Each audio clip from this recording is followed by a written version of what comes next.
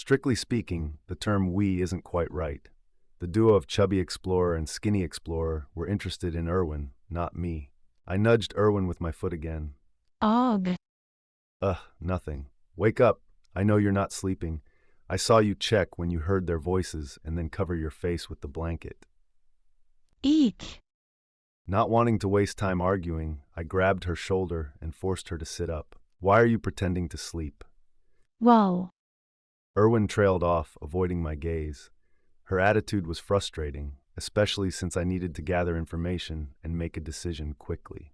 I turned her face to look at me, and reluctantly she spoke. If I wake up, you'll leave. So that's why. I had made a promise. If there was a conflict with explorers while on watch, we had to fight together. Unfortunately, this happened during the last watch we promised. Well, I don't care about honor, but she doesn't know that. So she tried to hold on somehow. The moment she opened her eyes, the night-friend promise would end. Sigh. I took a deep breath. If a grown man like Uncle Hans had done this, I would have been angry. But since it's just a 20-year-old, I felt more pity. Of course, that's that, and this is this. What happened with those two guys? Nothing.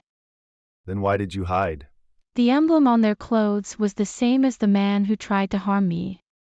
They must belong to the same group.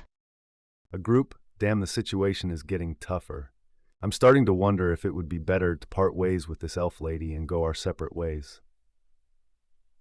Let's talk while we move. Are you going to help me? I'll listen to the rest of the story first. I led Irwin away from the place we were staying.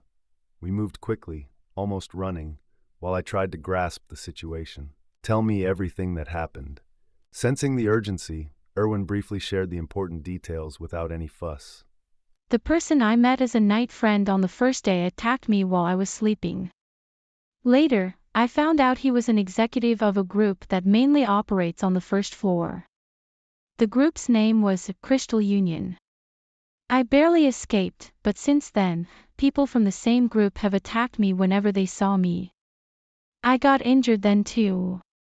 Paused. Wait, how did they know about that? Message stone. What the heck is that? There was no such thing in the games I played. Explain more. It's a magical tool that allows pre-synchronized message stones to communicate. I heard the range is about 300 meters.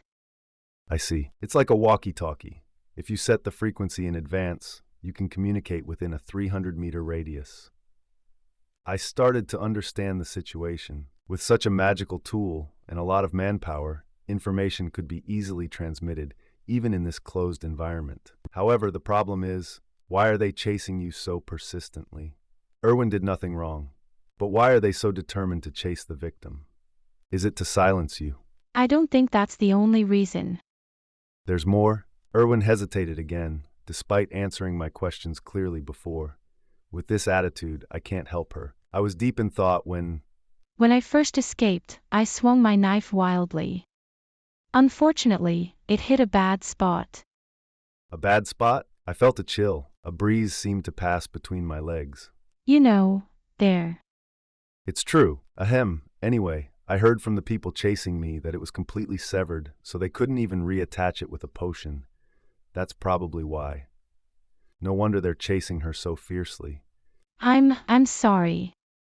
It's not something to apologize for. The one who caused it was that guy, wasn't it? It's his own fault.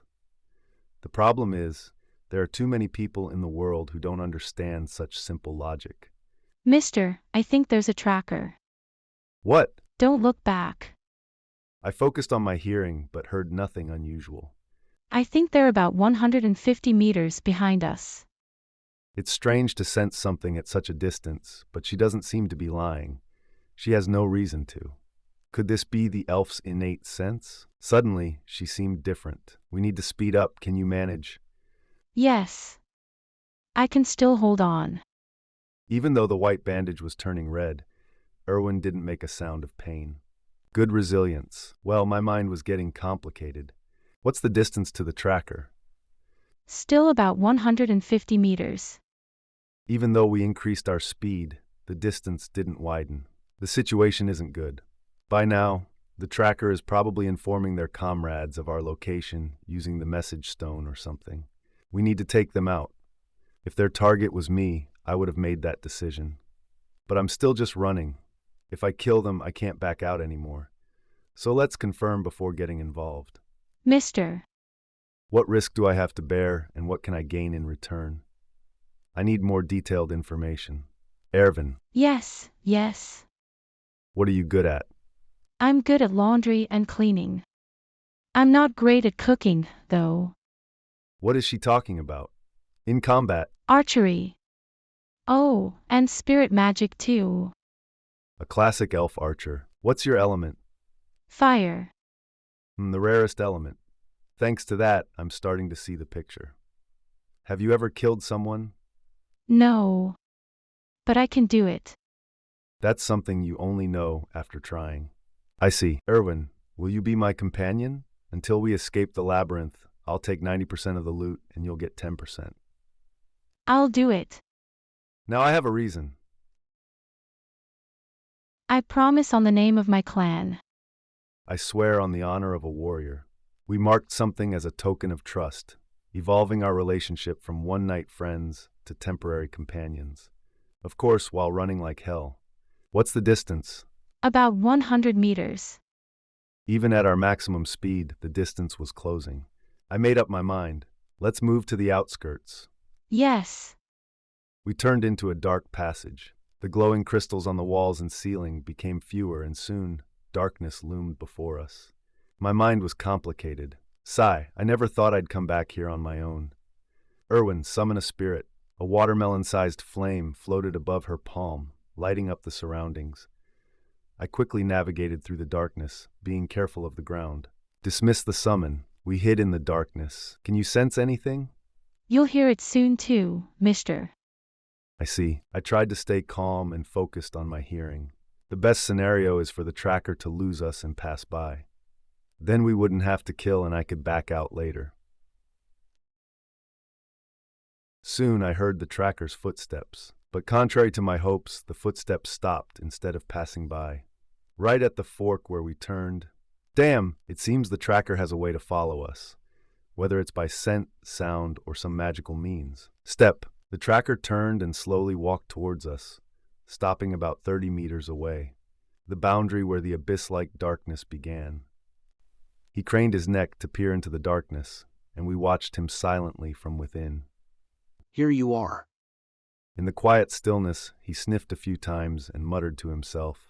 Then, he took something out of his pocket. I had never seen it before, but I instinctively knew what it was.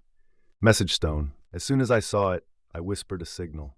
To Erwin, who must have been holding her bowstring taut, aiming. Shoot! Before I even finished speaking, an arrow pierced the man's forehead.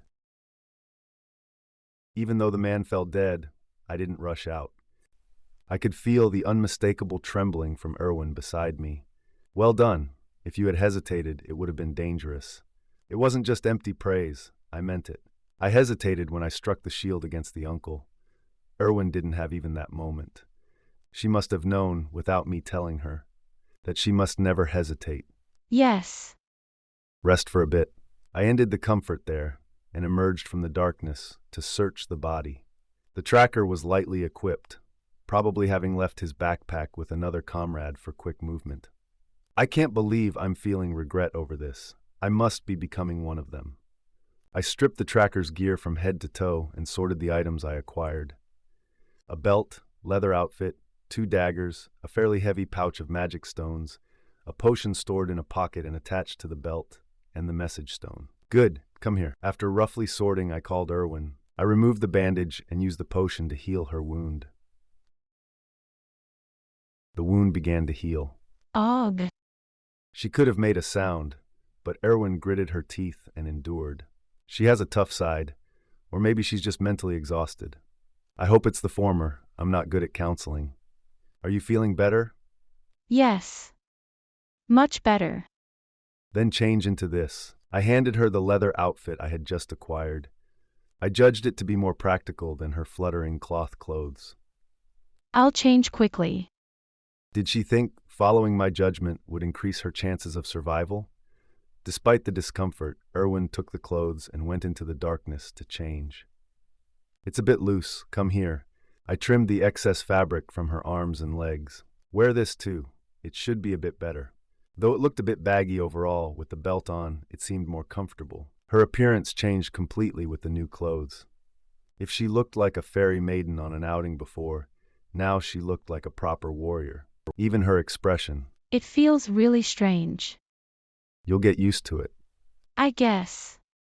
Yes, you will. I stuffed the rest of the items into my backpack and dragged the naked body into the darkness to hide it.